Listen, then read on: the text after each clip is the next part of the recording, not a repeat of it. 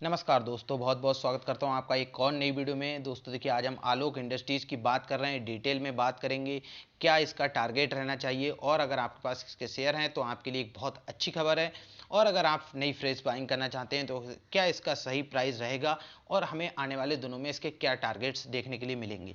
तो दोस्तों, उससे पहले अगर आपने चैनल को सब्सक्राइब नहीं किया है तो चैनल को सब्सक्राइब जरूर करें, और अगर आपको वीडियो अच्छा लगे तो लास्ट में लाइक जरूर करना, और कमेंट करके मुझे ज़रूर बताना, मुझे पढ़ के अच्छा लगेगा। दोस्तों देखिए, इसके लिए जो अभी बड़ी खबर आ रही है वो ये है, जो अमेरिका की बहुत बड़ी कंपनी है वैनगार्ड, उन्होंने इसमें 50 करोड़ रुपए इन्वेस्ट किए हैं। 50 करोड़ रुपए इन्वेस्ट करने के बाद अब आप देख सकते हैं कि इतनी बड़ी कंपनी ने जब किसी भी कंपनी में इन्वेस्टमेंट किया है तो उन्होंने भी इसमें कुछ ना कुछ देखा होगा। पर अभी हम पहले इस कंपनी का जो पास्ट रहा है उसमें भी थोड़ा सा नज़र डाल लेते हैं। जिन्हें नहीं पता है उनके लिए बहुत ज़रूरी है।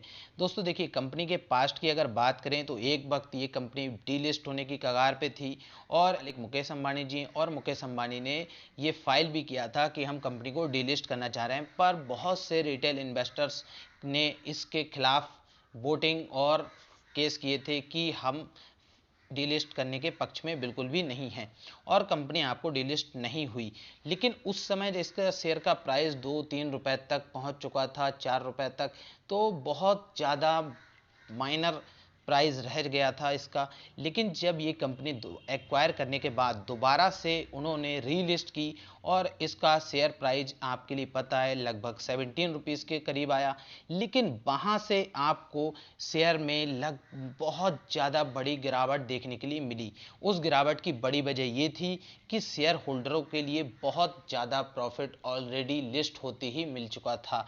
जिस तरह से हम आईपीओ के द्वारा लिस्ट होते हैं तो अच्छा प्रॉफिट होता है, तो सेम उसी तरीके से यहाँ पर। लेकिन इसके जो उस समय कंडीशन थी वो इतनी अच्छी नहीं थी कि लोग इतना ज़्यादा विश्वास करते, तो सेलिंग प्रेशर बहुत हाई हुआ, और आपको यहाँ पर बहुत बड़ी गिरावट देखने के लिए मिली। आप देख सकते हैं लगभग 70% प्लस गिरावट देखने के लिए मिल रही है।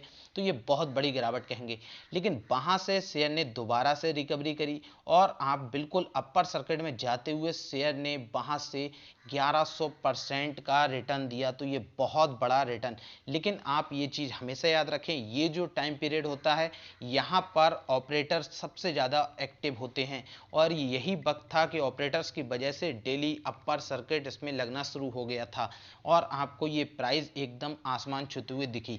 वहाँ से शेयर में वापस से गिरावट हुई, और आपको इस शेयर में वापस से लगभग 48% का लॉस होते हुए दिखाई दिया।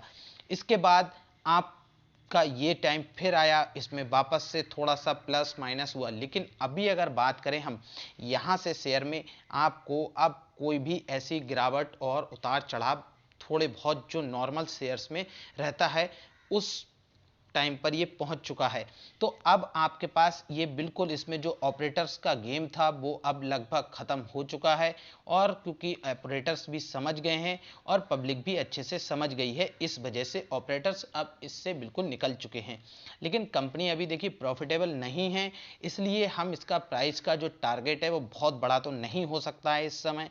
लेकिन अभी आप बिल्कुल इसे करेक्शन के टाइम पर सही प्राइस में बाय करके चल सकते हैं अगर आपको लगता है। लेकिन अगर आप इसे लॉन्ग टर्म के लिए होल्ड करना चाह रहे हैं, कम से कम 2 से 4 साल का आपका इन्वेस्टमेंट रहना है, तभी आप इस शेयर में नई फ्रेश बाइंग करें। क्योंकि इन्वेस्टिंग और ट्रेडिंग दोनों में बहुत ज़्यादा अंतर होता है। इन्वेस्टिंग अलग चीज़ होती है, ट्रेडिंग अलग होता है।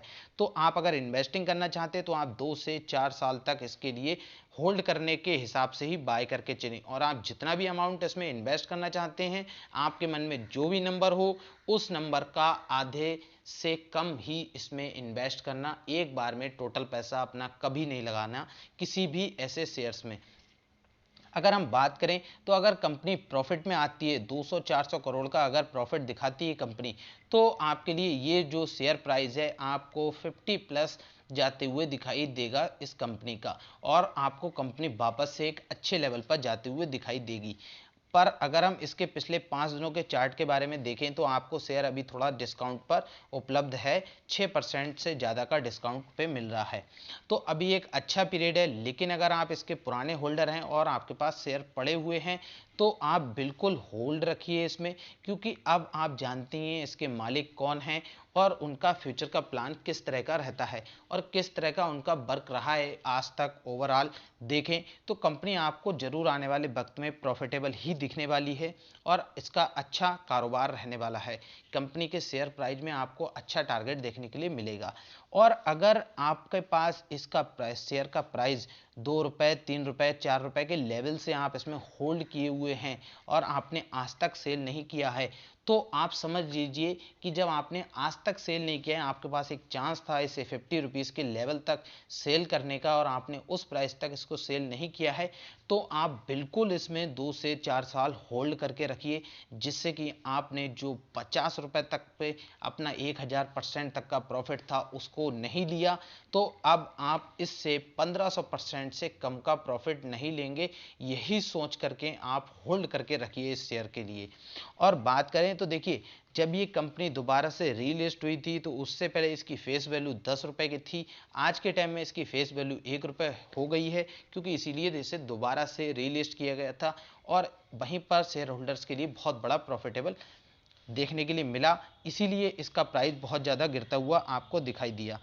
और रिलायंस ने इसमें जब इन्वेस्टमेंट किया है तो उन्होंने भी बहुत अच्छे प्लानिंग के साथ ही इसमें इन्वेस्टमेंट किया है और अब जो है पब्लिक की शेयर होल्डिंग भी धीरे धीरे थोड़ा सा डिक्रीज होते हुए दिखाई दी है। तो अब आप इसके लिए सिर्फ और सिर्फ एक काम है, वो है आपके लिए होल्ड करना। देखिए दोस्तों, मैं आपके लिए कोई भी ऐसी जानकारी या ऐसी चीज़ नहीं बताता हूं जो आपके लिए नुकसानदायक हो। मेरा काम है आपके लिए जानकारी देना, नॉलेज देना। और आप किसी भी शेयर में इन्वेस्टमेंट करने से पहले एक बार ये चीज़ ज़रूर याद रखें कि आपको किसी के कहने पर किसी भी शेयर में ना ही इन्वेस्ट करना है, ना ही सेल करना है।